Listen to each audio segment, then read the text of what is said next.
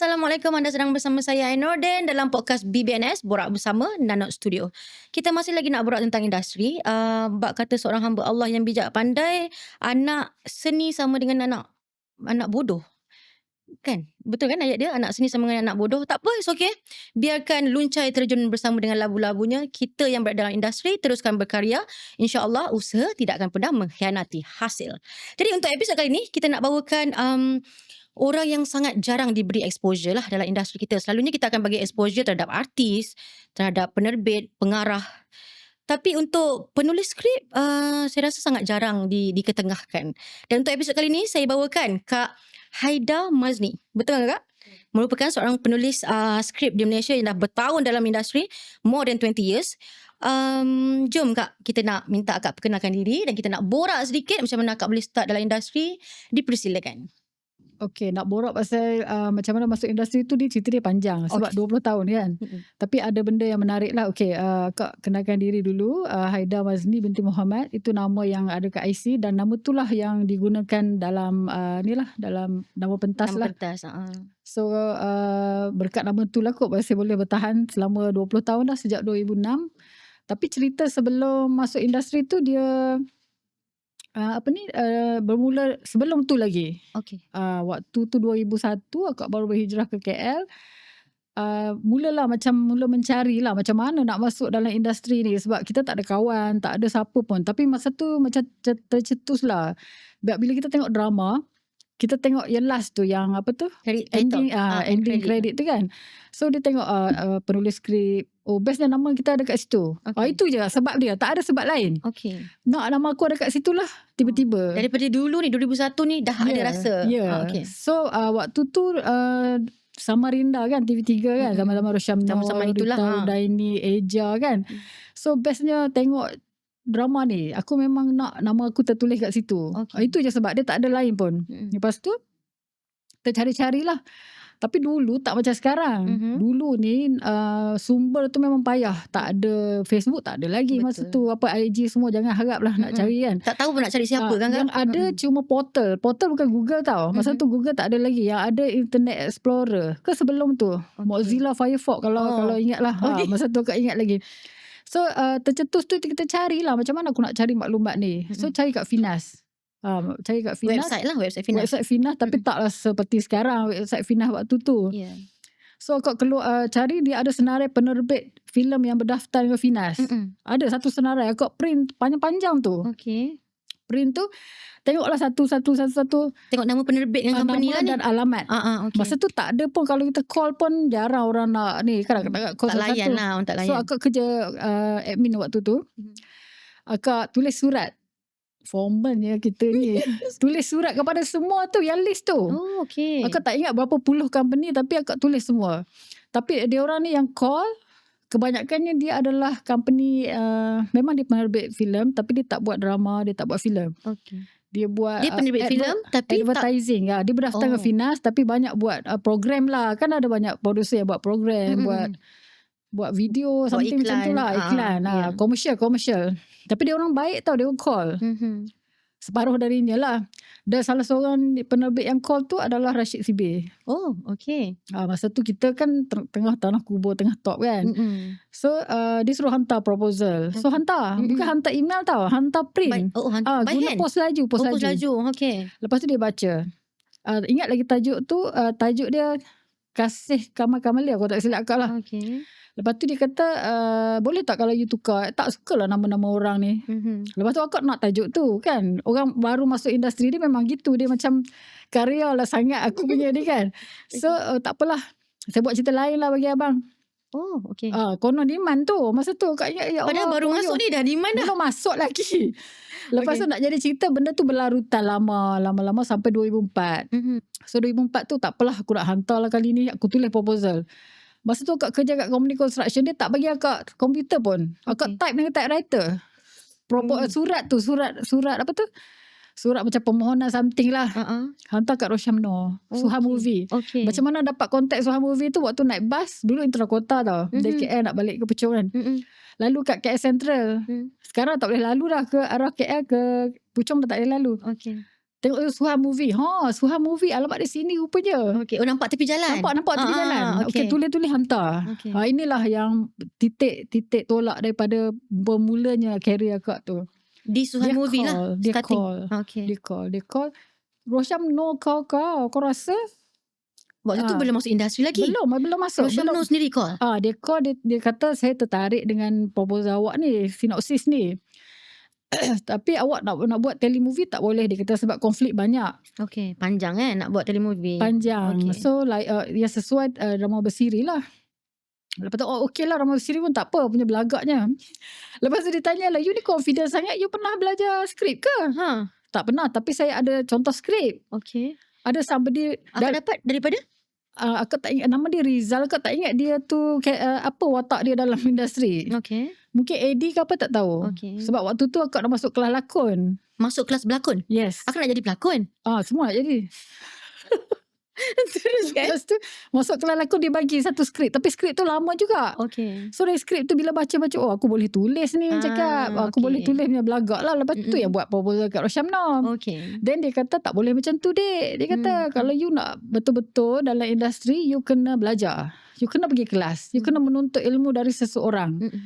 Kata-kata tu macam melekat lah kan. Betul juga kata dia. Lepas tu kat mana bang saya nak belajar, cakap kan. Saya pun tak tahu, tak kenal siapa. Dia pun bukan menulis skrip. Masa tu Waktu dia pelakon ke dah start produce? Dia dah produce. Dia dah produce dah tukar, dah berjaya tu kan. Dia kan dulu berjaya kan kepada Suha Movie. Lepas tu dia cakap, cuba you check kat Finas. Saya dah check dah, tak ada apa-apa pun. Tak apa, jangan check kat website. Dia kata you call dia orang dekat Ulu Kelang kan. So akak call, cik saya nak tanya lah pasal kursus ke skrip ada tak? Dia kata ada. Masa tu tahun 2006 lah. Kita akan buat pada hujung tahun ke macam tu lah something. Tapi kat Kuantan. Sudah Kuantan pula aku nak pergi, macam mana Kuantan kan. Tak apalah kalau macam tu, saya tunggulah bila buat kat Ulu Kelang, cakap macam tu. So bila ada nak dibuat di Ulu Kelang, Fina call. Fina call akak sendiri? Sebab dia ada nombor lah. Kita dah bagi contact number kan. Pergilah ke Finas. Waktu tu kak, website memang tak ada tulis tentang bengkel? Ada. Bengkel tu ada, cuma dia maklumat tu macam tak sampai sangat. Dia tak macam sekarang kan, kat Facebook banyak. Semua benda kan. And then pergilah. Kali pertama pergi tu, akak dah bawa skrip tau, yang akak tulis sendiri. Akak bawa tunjuk dia, puan saya dah tulis skrip. Lepas tu dia macam, wah belum belajar lagi dah tulis ke? Tak adalah, saya imajinasi saya lah, cakap kan. Lepas tu adalah, ni awak tulis tak ikut format, dia cakap. Kita kena tulis guna format final draft. Dekat situ lah kita belajar struktur semua benda. Macam mana nak menghasilkan skrip. Yang betul lah, secara proposal. Profesional. Secara profesional, macam mana skrip tu ditulis, macam nak kembangkan watak apa benda dalam masa tu. Itulah bermulanya. Memang segala-galanya bermula di Finas. Maksudnya akak starting bukannya pergi sekolah seni ke? Tak, bukan tak ada. Dia just habis sekolah, aku nak jadi penulis. Bukan, cita-cita masuk sekolah lain. Cita-cita waktu sekolah apa dia sebenarnya? Nak jadi pemain gitar. Sebab apa tahu? Sebab apa jadi pemain gitar pun tak ada sebab. Aku tengok kat situ kalau Awi punya konsert, Search punya konsert kan, nak nyanyi tak sedap suara, dah tahu dah. Aku nak duduk sebelah penyanyi. Main gitar tu. Main gitar. Tapi pergi kelas gitar, lepas tu mak tahu kantoi. Mak marah, mak pukul, mak kata jangan dah gatal main gitar. Perempuan nak main gitar tak payah. Mak tak suka masuk dalam industri. Tapi itulah rezeki tu memang dalam industri. Waktu maksudnya untuk jadi penulis skrip ni, dia build up minat tu kemudian lah, selepas tengok Samarinda tu semua maksudnya. Rasanya macam tu lah. Tapi maksudnya memang tak ada ambil kelas penulisan sebelum itu? Sebelum Finas tak ada langsung? Bila Rosyam Noh cakap baru akak pergi. Rosyam Noh lah antara yang merupakan pemangkin kepada akak nak start. Dia tak ingat lah sebab dia just cakap je kan. Tu yang akak nak cerita. Kalau Tuhan datang ke orang kat kita untuk minta pendapat ataupun nasihat, kita bagi je. Kita bagi je kat orang tu. Dengar dulu, lepas tu bagi je. Sebab kita tak tahu kata-kata kita mengubah nasib orang. Betul. Itu yang akak nak cerita. Akak kata point ni yang paling akak nak cerita bila dipanggil podcast lah. Akak kata sebab akak tak pernah share dengan orang, even kawan-kawan pun tak tahu macam mana akak jadi, macam mana bermulanya akak. Macam mana bermula dan tercetusnya nasihat dari dia tu. Walaupun dia just cakap je kan. Datuk Rosyam Noh. Dan dah 20 tahun tak pernah buat dengan company dia. First company yang skrip akak diterima. Akak masuk 2 telemovie, 1 drama bersiri, 13 episod. Dan akak dapat 2. Wow, first time ni? First time. Yang lulus tu 1 telemovie, 1 lagi drama bersiri 13 episod. Uish, dahsyat kak. Untuk first timer dahsyat. Dahsyat lah. Lepas tu Syukurlah kan, seronok kau. Mana pernah kau pegang duit banyak. Banyak lah bagi seorang admin atau PA berapa ribu je. Ini seketul lamsam kan kau dapat kan. Seronok lah. Memang seronok kata best lah. Masa tu lah drive kita punya minat ni bukan sekadar minat lagi. Ni tak Nak boleh jadikan jadi minat kerjaya. dah. Betul. Kejap nak tanya. Waktu akak first pitch dengan RTM tu, akak pergi sebagai individual ke pergi dengan under company? Masa tu Suam yang aturkan. Okey. Dan yang agak istimewa, skrip yang telemovie tu diarahkan oleh, sorry akak lupa nama dia, yang arahkan Rumah Kedai tu, siapa nama dia, arwah dah. Memang tentu ke? Rumah Kedai yang mana? Siapa pengarah dia akak dah lupa lah. Allah. Dah meninggal arwah juga. Okey. Lepas tu dengan yang nama besi tu arwah Mat London. Oh, Lepas tu okey. ramai yang cakap betul hanya kau dapat director Untuk yang first time. dan mereka bagi tunjuk ajar lah. Ya, okey. Tapi satu perangai orang baru ni, kalau sekarang orang baru buat perangai macam tu, akak kata aku dulu pun macam tu. Dia macam perasan aku ni berkarya sangat kan. Macam skrip akulah yang terbaik. Macam tu lah. So dia adalah argument dengan director tu semua kan. Sebab kita belajar formal. Sebenarnya apa yang kita belajar teori dengan industri ni sebenarnya Tak sama. totally tak sama. Betul. On the field dengan on paper tak berbeza sama. sangat. Teori tak sama. So bila Ya. you lama-lama barulah boleh fikir, oh okay. Kena ikut yang industri. Apa yang susah Kak sebenarnya nak menulis skrip ni? Apa perkara yang susah? Susah bila mental block lah. Mental block, tak dapat idea. Dia kena gaduh dulu dengan seseorang. Gaduh dengan seseorang. Gaduh dengan suami Oh, dia ke. kena gaduh dengan anak, dengan suami, dengan kawan baru boleh. Selalunya macam tu lah. Sebab macam mana, akak punya ni lah, akak nak semuanya perfect. Okay. So bila dia tak boleh jadi seperti mana yang kita nak tu, kita kena cari orang untuk kita marah. Kenapa kena marah Kak? Sebab emosi tu nak keluar. So kita kena lepaskan emosi dulu. Kena keluarkan yang original emosi kita, baru kita boleh build karakter tu. Oh, itu tips untuk tak tahulah orang lain, tapi kalau arwah Mazlan Manan dia pun cakap macam tu. Okay. Bukan dia sengaja gaduh. Tapi bila kalau pasangan kepada penulis dia tahu dia ni tengah in character ni. Macam tu. Oh, so dia kena gaduh dulu ya. Ataupun waktu tu kita tengah tulis cerita yang apa-apalah, dia akan efek emosi. Alright. Tapi susah tak untuk dapatkan ilham? Sebab selalunya kan script writer dia kena propose kan. Zaman sekarang mungkinlah producer yang cakap, saya nak cerita macam ni Mas ni, saya nak cerita macam ni. Ada juga dulu pun ada juga macam tu. Macam tu juga. Daripada dulu pun memang begitulah konsepnya. Ada yang producer bagi idea kisah dia lah apa. Lepas tu kita develop lah. Oh, okay. Soalan tu selalu orang tanya, macam mana dapat ilham? Okay, secara ni ilham tu datang dari Allah lah. Tapi macam mana dapat tu, banyak cara. Yang pertama kisah kita sendiri, mungkin kisah benar lah apa yang berlaku, and then kita tengok cerita orang, kita tengok kat jalan ke, kalau kita keluar yang berlaku dalam masyarakat kita lah. Nampak tu lelaki tu lempang bini dia, betul. Kita fikir kenapa dia lempang, nampak mak marah budak ke. Akak akan create satu story lah tu juga. Oh, okay. Immediately kadang-kadang ambil, dulu pun suka bawa buku nota kan, tulis. Tapi sekarang handphone, lepas tu tulis ataupun voice. Dapatkan idea tu dulu, logline tu. Okay. Kenapa tercetusnya benda tu. Jadi konsep asas pertama untuk menulis skrip adalah logline. Betul? Logline yang membuatkan kita nak cerita mengembangkan cerita, plot dan seterusnya. Apa betul? yang kita nak buat. Contoh jaga kata dia nampak suami dia tampar bini dia, kita create lah. Macam dia automatik tau. Susah nak cakap.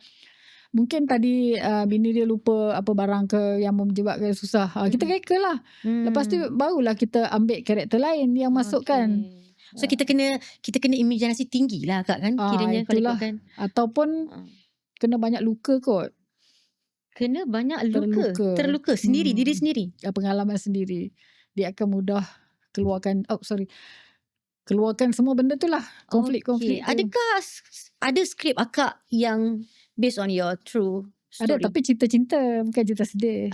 Okay. Alright. Tapi sebenarnya tak cinta pun. Akak pun tak tahu macam mana aku boleh develop cerita tu macam tu. Akak rasa share tak apa kot, lelaki akak tak tengok kot cerita. Boleh, tak ada masalah. Boleh share, tak ada masalah. Okay. Tak, cerita ni tajuk Bintang yang TV3 tahun 2022. Okay, Bintang ni dia couple lah. Satu akak dengar lagu Bintang yang budak kacamata tu.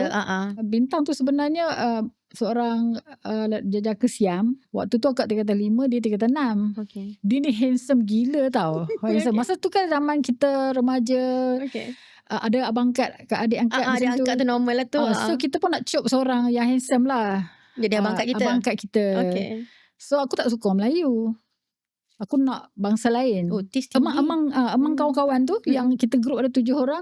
Kau ambil lah semua tu. Aku tak mau. Aku nak yang, tapi memang handsome lah. Mm-mm. Handsome. And then kita pun tanya nama dia apa. Dia cakap nama dia Tira. Tira. Thirak. Tira. So simpan lah. Oh abang Tira. Dia panggil dengan kawan tu. Kalau kawan tu nampak abang tu pun, dia pun cerita kat kita. Abang kau macam tu lah. Okay. Tapi setakat itulah. Kita tak ada hubungan cinta ke apa, tak ada. So bila terjatuhnya lagu Bintang tu, akak macam relate kan dengan betapa manisnya waktu kita remaja tu. Kita tak fikir pun pasal konflik hidup ke apa ke. Tanggungjawab tak ada kat time tu kan. Nak ambil SPM ni kita happy je waktu tu lah. So createkanlah cerita Bintang tu. Macam mana ada kayuh basikal. Ini kisah benar. Kalau kayuh basikal depan rumah dia akan baling dengan buah rambutan. So dia suruh berhenti. Berhenti rumah dia makan rambutan sama-sama. Itu sahaja kenangan kami. Tak ada yang lain. Okay. Memang kita anggap kawan betul. So bila buat cerita tu, cerita Bintang tu, pergilah cari orang Siam untuk dapat consultation lah. Macam mana. Lepas tu akak sebut lah nama tu. Dia Tira ketawa. Dia ketawa. Budak lelaki ni kawan adik akak lah. Budak Siam lah. Dia ketawa. Kenapa ketawa? Kak tahu tak maksud Tira tu apa? Dia tanya. Apa? Sayang. Lah selama ni aku tak tahu. Ingatkan nama sampai, betul. sampai hari ni akak tak tahu nama dia. Nama dia apa? Nama sebenarnya apa? Nak cari pun tak tahu macam mana nak cari. Muka pun dah lupa kan. Nak cari type Tira kan maksud lain pula ya. Okay. Barulah kak tahu. Kau tak buat cerita Bintang tu, kau tak tahu maksud Tira tu apa. Tu research lah, buat research. Itu antara skrip yang akak ambil daripada inspirasi kisah sebenar akak lah sebenarnya. Dan yang kalau cerita Zuriat dari penjara, kadang idea tu tak relate langsung pun dengan cerita yang kita dah bina tu. Zuriat dari penjara akak dapat idea pada 2015. Waktu tu PMX lah. Kita punya PM. Dia nak calonkan untuk pilihan raya yang berikutnya. Tapi dia dipenjarakan. Waktu dia dipenjara, akak terfikir satu benda. Waktu diumumkan dia kena penjara tu, kalaulah dia jadi kat kita. Kita ada banyak plan. Tiba-tiba kita kena masuk penjara. What if kan? Itu jadi cerita Zuriat dari penjara. Itu TV mana kak? Zuriat dari penjara? TV1 2025 saya tak silap. Awal tahun lepas sayang. Tapi cerita dia macam tu lah. Dia tengah nak pergi dari satu tempat boleh tahan, ada dadah lah kereta dia. Dia tak tahu. Tak relate kan. Tapi idea tu lah yang datang daripada PMX dipenjarakan. Dia boleh jadi apa-apa je yang memang tak logik langsung. Duduk-duduk saja pun kalau idea ilham Tuhan nak bagi. Lagi kalau orang tu sakitkan hati penulis skrip ya, siaplah dia. Jadi akan jadi satu bahan karya. Dia akan jadi karakter dalam seorang skrip. Je. Hari tu masa akak pergi kursus kat Finas, Abang Long lah, Aziz M. Osman. Dia cakap adalah cerita yang dia hasilkan tu kebanyakannya apa yang berlaku keliling dia. Macam orang tu sakitkan hati dia ke apa. Tapi orang yang sakitkan hati tu takkan perasan. Dia takkan perasan sebab kita dah olah. Tapi kepuasan kita lah. Untuk menghasilkan skrip yang baik, kita nak ambil yang dekat dengan kita lebih baik, lebih senang. Ataupun kita jadikan Mak Saleh sebagai reference, Hollywood sebagai reference. Macam mana kak? Kalau akak lah, akak rasa yang kita rasa tu lagi berkesan. Boleh juga ambil reference, memang kita ambil, kita tengok semua filem yang kita rasa macam kena dengan jiwa kita lah. Itu boleh ambil mungkin dari segi apa, macam mana nak cakap, reference dari segi macam mana dia buat. Contoh scene tu macam mana kan. Tapi kalau dia rasa memang kena kita yang punya dekat dengan kita lah. Ataupun kawan-kawan kita kan, kalau penulis selalunya orang akan DM kita. Minta kau buat cerita saya, kak buat cerita saya, kak buat cerita saya. Ataupun tiba-tiba je jumpa orang kat pasar ke kat mana, duduk sekejap dia akan cerita. Akak orang pelik, kenapa orang macam suka cerita sangat kisah dia kat aku yang serius, yang sangat rahsia. Dia senang. Tapi tak tahu pun akak penulis skrip waktu tu, waktu kat pasar memang tak kenal. Kadang-kadang duduk hospital. Macam baru ni pergi hospital, duduk tunggu giliran, sembang-sembang. Tahu tak, saya ni kan bla bla bla bla bla bla. Suami saya bla bla bla bla. Akak mungkin dia terlalu stres, kita dengar je lah. Dia nak meluah. Tapi kata best juga buat cerita ni kan. Macam tu. Okey kak, nak tanya pandangan akak sendiri sebagai penulis skrip yang dah lebih 20 tahun dalam industri. Penulis skrip dia terikat dengan keperluan stesen TV kan? Betul tak? Sangatlah. Jadi saya nak tanya pandangan akak sendiri lah, sebab kalau ikutkan lately ni kita banyak cerita penyondol. Penyondol je, semua TV cerita pasal penyondol kan? Jadi ini faktor ni sebenarnya macam mana? Apa nak buat? Bagaimana pandangan akak sebenarnya? Akak ni pandangan akak Yeah. tak kalau orang yang tak setuju tu tak kisah. Sebab itu keperluan Stesen Mm-mm. dia, kita kena faham lah, stesen ni dia nak untung sebab dia nak tarik penaja kan. Mm-mm. So dia orang memang fikir rating, kecuali ATM Okay. ATM tak. Sebab tu orang markup banyak di ATM sebab jiwa tu ke sana kan. Mm-mm. Dia orang nak untung, nak tarik penaja supaya dia orang boleh teruskan Generate income lah. income lah, macam Yeah. ISRO TV3 kita mention lah kan. Mm-mm. Itu yang pandangan kami, yang kami faham dalam industri itu memang kehendak, kata stesen TV kehendak penonton. Oh, Penonton yang nak. okay. Kenapa dia kata penonton nak? Sebab rating tinggi. I see. Itu dia punya ni lah.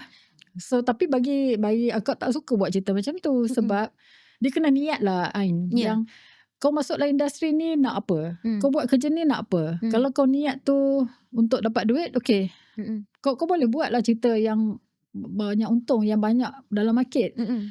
Tapi kalau macam tanya akak, niat akak untuk menyampaikan mesej, itu je. Dan Okay. kepuasan itu bukan terletak pada rating. Okay. Sebab kepuasan kita, kalau akak, orang tu, seseorang yang kita tak kenal datang beritahu kita, Mm-mm. saya tengok cerita awak bla bla bla bla, saya menangis. Saya tak tahu kenapa saya menangis. Sebab Terharu.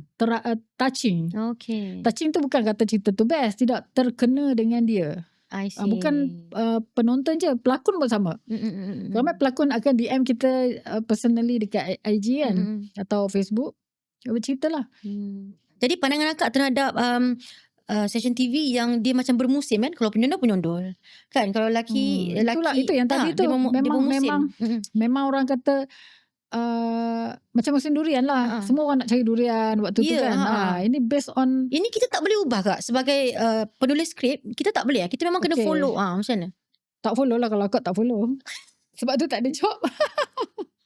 Okay, pernah tak skrip akak ataupun proposal akak di reject?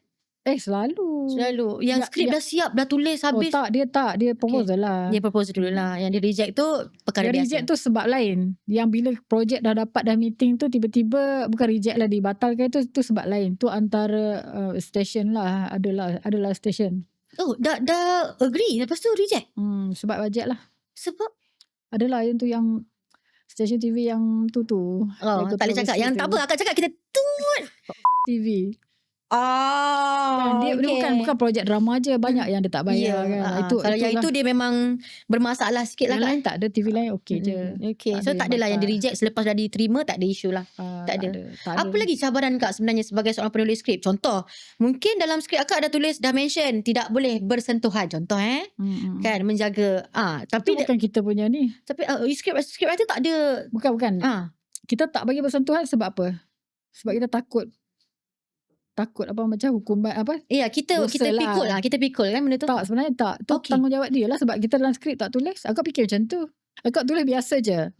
Tapi bila akak tengok, dia peluk tu bukan peluk biasa tau. Peluk dari belakang tau. Yang bergairah lah. Merangkul merangkul. Sebab dia orang tengah pasang apa tu, violin tau. Okay. Dia menari, patut menari je, tak payah peluk. Tapi ni peluk. Tapi akak kata tu, dia lah yang tanggung, aku tak tulis. Itu sebab dalam skrip tak ada. Tak ada. Kan, itu Akak tak fikir tanggung macam tu, tak ada nak gaduh dengan dia. Tak payah peluk-peluk. No, takkan argue benda-benda macam tu lah. Nak tanya soalan sikit lah yang berkaitan yang macam kekangan dan masalah ataupun cabaran dalam menghasilkan skrip sebenarnya ataupun dalam bidang kerja kak. Kita tertakluk kepada garis panduan. Garis panduan yang diletakkan oleh LPF, JAKIM. Kita kena, apa orang kata, berpandukan itu untuk menghasilkan tu. Kita tak boleh keluar daripada tu. Maksudnya kita nak menyampaikan, contoh yang JAKIM punya ni, kita tak boleh buat cerita hantu yang menunjukkan alam tu gaib. Ataupun reborn. Okay. Ataupun macam kebangkitan semula kan. Sebab ini adalah tanggungjawab agensi kerajaan untuk menjaga. Kalau kita tengok konten di media sosial tu, bebas semua. Itu beza dia.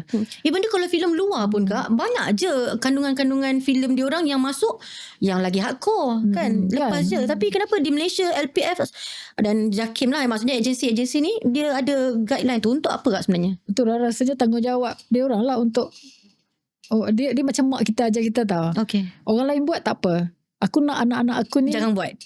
kena jaga kita punya batas dia. Okay. Contoh lah, dulu mak kita tengok couple-couple kan. Kenapa mak orang tu bagi kau couple-couple? Kita tak boleh. Mak kita akan marah. Macam tadi kak main gitar kan. Kenapa orang lain boleh? Kenapa aku tak boleh? Dia buat tak apa. Okay. Macam tu. Ini tanggungjawab lah supaya kalau semua orang benarkan, bebaskan buat semua, buka open, kita open je. Semua boleh berkarya ikut suka hati. Caca marbah lah jadi negara kita ni.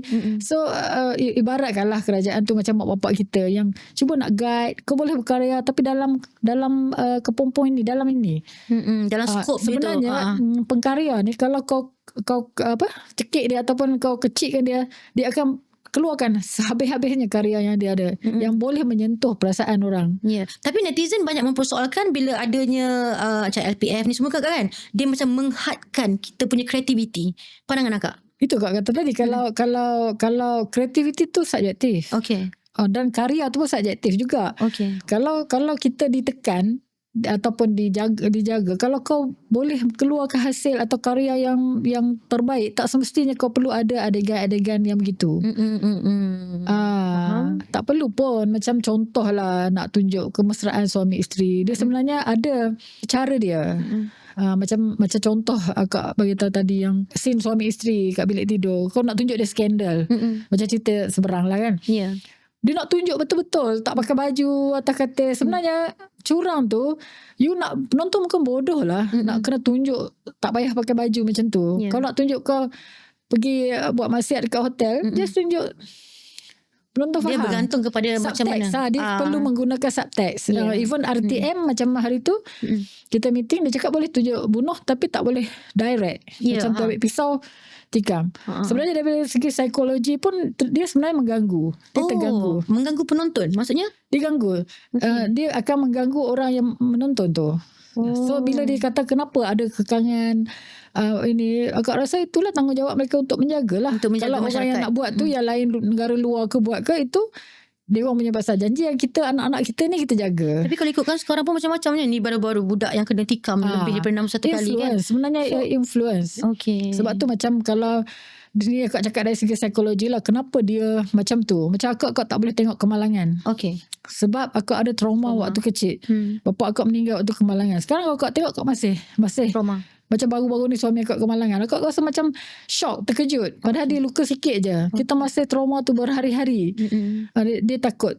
Kalau you selalu tengok orang tikam, bagi you tak ada apa dah.